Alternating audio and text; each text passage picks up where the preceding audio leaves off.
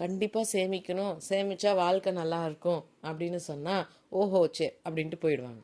ஆனால் சேமிச்சா எவ்வளோ நல்லா இருக்கும் அப்படிங்கிறத ஒரு குட்டி கதையோட, ப்ராக்டிக்கலாக நடந்த கதையோட நம்ம சொல்லும்போது இன்னுமே மக்களுக்கு போய் ரீச் ஆகுங்கிறனால தான் நம்ம கதை மூலமாக இன்றைக்கி நம்ம சேமிப்போட அவசியத்தை சொல்கிறோம். குமார் அப்படின்னு நடுத்தர குடும்பத்தோட தலைவர் வந்து ஒரு தனியார் கம்பெனியில் வேலை செஞ்சுட்டு இருக்கிறாரு. நல்லா பரபரப்பான இருக்கிற அந்த சிட்டியில் ஆற அமர உட்காந்து நிதர்சனமாக வேடிக்கை பார்க்கக்கூடிய ஒரு அவுட்டர் ஏரியாவில் தான் அவங்க இருக்கிற வாடகை வீடு. மாதம் 5ஆம் தேதி ஆனால் 20,000 ரூபாய் சம்பளம் அப்படின்னா மாதம் 7ஆம் தேதியே வாடகை கொடுக்கணும், பால் பில் கொடுக்கணும், காய்கறி கடை மளிகை கடைக்கான பில்லெல்லாம் செட்டில் பண்ணணும். அது மாதிரியான ஒரு குடும்பம் தான். அவங்களோட பையன் பக்கத்துலேயே இருக்கிற ஒரு தனியார் பள்ளியில் 4ஆம் வகுப்பு படிக்கிற ஒரு பையன். மனைவி வீட்டில் தான் இருக்காங்க. அக்கம் பக்கத்தில் இருக்கிறவங்க ஒரு புது துணி எடுத்தாவோ அது ஓரம் அடிக்கிறதோ இல்லை பழைய துணி ஏதாவது தையல் போடுறது இது மாதிரி கொடுத்தாங்கன்னா சின்ன சின்ன வேலைகள் செய்வாங்க அவங்களோட மனைவி. குமாருக்கு மாதம் 5ஆம் தேதி சம்பளம் வரும்னு சொல்கிறேன் இல்லையா, அவர் தனியார் கம்பெனியில் வேலை செய்கிறதுனால பொதுவாக தனியார் கம்பெனியோட வழக்கம் அவங்க கம்பெனி கவரில் சம்பளம் போட்டு கொடுப்பாங்க. இவர் இன்னும் அந்த கம்பெனியில் நிரந்தரமான தொழிலாளி ஆகாதனால அவருக்கு வந்து அக்கௌண்ட்டில் வரல, கவரில் தான் பணம் கொடுத்துட்ருக்காங்க. ஒவ்வொரு மாதமும் அவர் வாங்குகிற சம்பளம் குறைவாக இருந்தாலும் மனசு நிறைவோடு கொண்டாந்து மனைவி மீனா கையில் கொடுத்து அது சாமி படத்திட்ட வைக்க சொல்கிறது அவரோட வழக்கம். மீனா வந்து தான் கணவரோட அதிகம் படிச்சிருந்தா கூட குழந்தைய பார்த்துக்கணும் அப்படிங்கிற ஒரே காரணத்துக்காக வீட்டிலேயே இருந்தவங்க. அவங்களுக்கு பல நாள் ஆசை, நம்மளும் இது மாதிரி கம்பெனிக்கெலாம் போகணும், 9 to 5 ஜாப் பார்க்கணும், கவரில் இது மாதிரிலாம் சேலரி வாங்கணுன்ட்டு. எப்போ இந்த வீட்டுக்கு அவுட்டரில் வந்தாங்களோ போயிட்டு எந்த வேலையாக இருந்தாலும் திரும்ப வரும்போது பையன் ஸ்கூல் விட்டு வந்துடுவான். அதனாலேயே வேலைக்கு போக முடியல. முதலெல்லாம் போகும்போது எவ்வளோ நல்லா இருந்துச்சுன்னு ஏக்கமாக வேலைக்கு போகிறவங்க எல்லாம் பார்க்கக்கூடியவங்க தான் மீனா. இந்த வீட்டுக்கு வந்து இப்போ கிட்டத்தட்ட 2 வருடங்கள் ஆக போகுது. குமாரும் அப்படியே போயிட்டுருக்காரு, வேலைக்குள்ள போயிட்டு. ஒரு நாள் திடீர்னு அவங்க பையனோட ஸ்கூலில் நாங்கள் ஒரு சயின்ஸ் எக்ஸ்போ பண்ண போகிறோம், அது இல்லாமல் நாங்கள் ஒரு ஃபீல்டு விசிட்டும் கூட்டிகிட்டு போக போகிறோம், இது ரெண்டுக்கும் சேர்த்து கட்டணமாக 2,500 ரூபாய் கட்டணும், 2 நாட்கள் தான் இன்னும் டைம் இருக்குங்கிற மாதிரி சொல்லி அனுப்புகிறாங்க சர்க்குலரில். பையன் வந்து சந்தோஷமாக சொல்கிறான், அம்மா ஃபீல்டு விசிட் போக போகிறேம்மா, அது இல்லாமல் ஸ்கூல்லேயே சயின்ஸ் எக்ஸ்போ நடத்த போகிறாங்கம்மா, நமக்கானதெல்லாம் அவங்களே பண்ணிடுவாங்க, நம்ம பணம் மட்டும் கட்டினா போதும், 2,500 ரூபாய் தாம்மான்னு சொல்லி பையன் சொல்கிறான். மீனா வந்துட்டு சரிடா அப்பா வரட்டும் நம்ம அப்பாட்ட கேட்கலாம் அப்படின்னு சொல்கிறாங்க. வீட்டுக்குள்ளே குமார் வராரு, ஆசையாக பையனை கொஞ்சறாரு. ஆனால் இப்போ வழக்கமாக இல்லாமல் முகம் வந்து ரொம்ப வாடி போய் இருக்குது. மீனா வந்துட்டு என்னாச்சு, ஏதாவது விஷயமா சொல்லுங்க அப்படின்னு வற்புறுத்தி கேட்டதும் குமார் சொல்கிறாரு, இல்லைம்மா நான் கொஞ்சம் லேட்டாக போனதுனால 2-3 நாள் அவங்க என்ன பண்ணிட்டாங்கன்னா எனக்கு கொஞ்சம் சம்பளம் பிடிச்சிட்டாங்க, அதனால் இந்த மாதம் நம்ம யூஸ்வலாக கடைங்களுக்கெல்லாம் கொடுக்க வேண்டிய பில்லு வீட்டுக்கு வாடகையே வந்து கொடுக்கறது கொஞ்சம் லேட் ஆகுமே அப்படின்னு வருத்தப்படுறார்.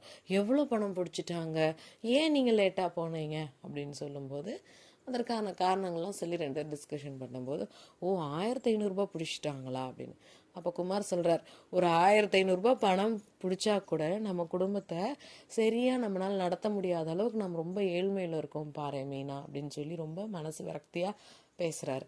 உடனே மீனா சொல்கிறாங்க, பையனுக்கு இது மாதிரி 2,500 ரூபாய் பணம் கட்ட சொல்லியிருக்காங்க குமார், இன்னும் 2 days தான் டைம் இருக்குன்னு சொல்லவும் அவருக்கு ரொம்ப முகம் மாடிடுது.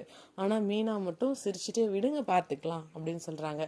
எதை நீ வச்சு சொல்கிற இவ்வளோ தைரியமா, இந்த 2 நாளில் போய் நான் யார்கிட்ட போய் நிற்பேன், வாடகையும் கொடுக்கணும் குழந்தைக்கும் கொடுக்கணும், நமக்கு இருக்கிற ஒரே பையன், அவனுக்கு இது மாதிரிலாம் வெளியில் கூட்டிகிட்டு போகிறாங்க, நம்மளால் பண்ண முடியலையே, 2ம் சேர்த்து 4,000 ரூபாய் ஆகுதே அப்படின்னு சொல்லி இப்படி தலையில் கை வச்சுட்டு உட்காந்துருக்கார். அப்போ மீனா ஒரு நிமிஷம் இருங்க நான் வரேன் அப்படின்னு சொல்லிட்டு வேக வேகமாக போகிறாங்க. அவங்க சாமிகிட்ட வந்து சம்பள கவர் வச்சு கும்பிட்டுட்டு வைக்கிறது பழக்கம்னு சொன்னால அந்த சாமி ரூம்லேயே பின்னாடி நிறையா கவரெல்லாம் போட்டு ஒரு கேரி பேக்கோட எடுத்துகிட்டு வராங்க. குமார் வந்துட்டு என்ன தெரியணும் பேப்பர்லாம் எடுத்துகிட்டு வரேன் அப்படின்னு கேட்குறாரு. உடனே பையன்கிட்டையும் வீட்டுக்காரை கூப்பிட்டு நீங்கள்லாம் முதல்ல உட்காருங்கன்னு சொல்லி நிறையா அந்த கேரி பேக்கில் வந்து கவராக எடுத்து கொடுக்குறாங்க. அது என்ன கவர்னு பார்த்தீங்கன்னா குமாரோட மாதம் மாதம் சம்பளம் வரக்கூடிய அந்த தனியார் கம்பெனி பெயர் போட்ட சம்பள கவர் தான். உடனே வந்து என்னது என் கம்பெனி கவர் இத்தனை ஏது உனக்கு அப்படின்னு சொல்லி கேட்குறாங்க. இது இந்த வீட்டுக்கு நீங்கள் வந்து 2 வருடமாக கவரில் கொண்டாந்து சென்டிமெண்ட்டாக நீங்கள் என்கிட்ட கொடுப்பீங்கள்ல சம்பளம், அதை நான் சாமிகிட்ட வைப்பேன், நீங்கள் கூட பார்த்துருக்கீங்களா, ஆமாம் சாமிகிட்ட வைப்பேன், ஏன் இந்த கவரெல்லாம் தூக்கி போடாமல் நீ எடுத்து வச்சிருக்க அப்படின்னா, இது வெறும் கவர் கிடையாது, இப்போதைக்கு உங்களுக்கு வந்திருக்கிற நிம்மதின்னு சொல்லுவாங்க. இவருக்கு ஒன்றுமே புரியாது. நீங்கள் 2 பேரும் ஒவ்வொரு கவராக எடுத்து எடுத்து உள்ளே என்ன இருக்குன்னு பார்த்து பார்த்து அது இந்த டப்பாவில் போடுங்கன்னு சொல்லிட்டு அவங்க உடனே எங்கேயோ போயிடுறாங்க. உடனே அப்பாவும் பையனும் ஒவ்வொரு கவராக நீக்கிறாங்க.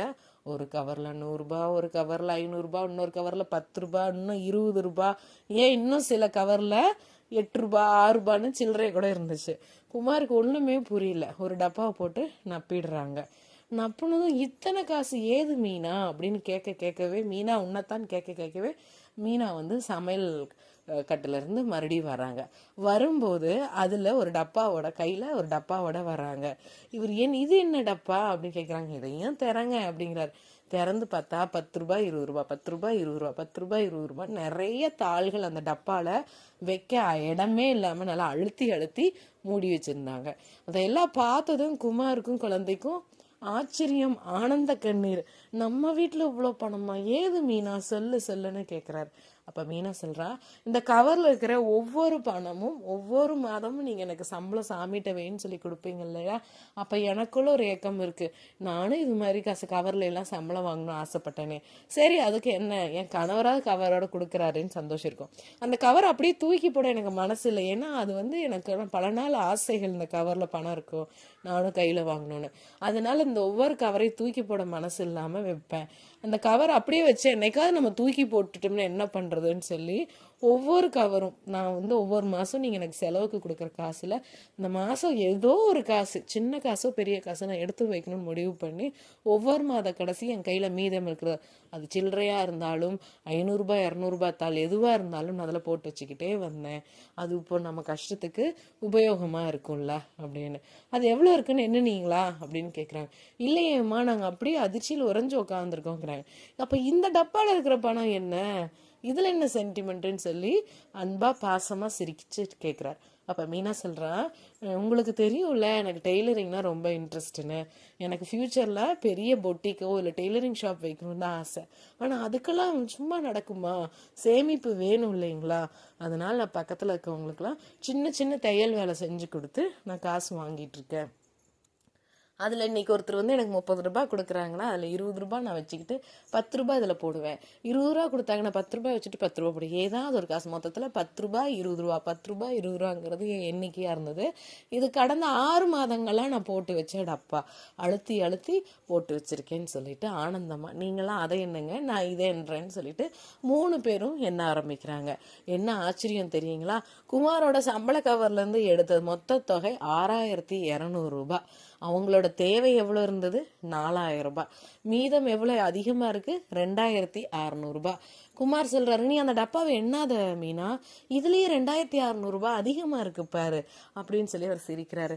உடனே மீனா சிரிச்சுக்கிட்டே சரி சரி சரின்னு சொல்லிட்டு அந்த 20 ரூபா 10 ரூபாய் தாள்களை எண்ணுறாங்க.